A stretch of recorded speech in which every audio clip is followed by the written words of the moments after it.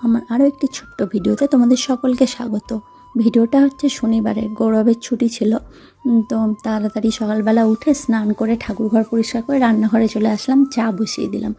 চাটা বসিয়ে ঝটপট করে হচ্ছে সকালের টিফিনের আটাটা মেখে নিলাম। আটাটা মেখে রুটি করে নিচ্ছি। গৌরব বলেছিল আবার ও ব্রেড বাটার খাবে, তো আমাদের রুটিটা করে নিয়ে ওর জন্য একটু ব্রেড বাটারটা বানিয়ে নিলাম। ব্রেড বাটারটা বানিয়ে তারপরে আজকে ছিল শনিবার, পনির রান্না করব বলে আগে থেকে সব রেডি করে রেখেছিলাম।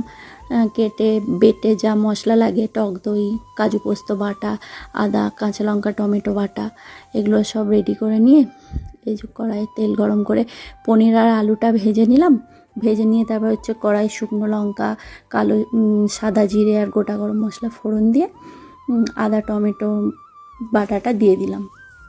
এই যে কিয়া চলে এসছে, ওরও শনিবার ছুটি, আন্টির সাথে দেখা করতে। ও আসলে আবার কোনো কাজ করা যাবে না, ওর সাথে গল্প করতে হবে, না হলেই ম্যাডাম বোর হবেন। ওকে দেখে আমি তাড়াতাড়ি করে রান্নাটা করছি। পনিরটা এদিকে করে নিয়ে বাবাকে টিফিনটা দিয়ে দিলাম।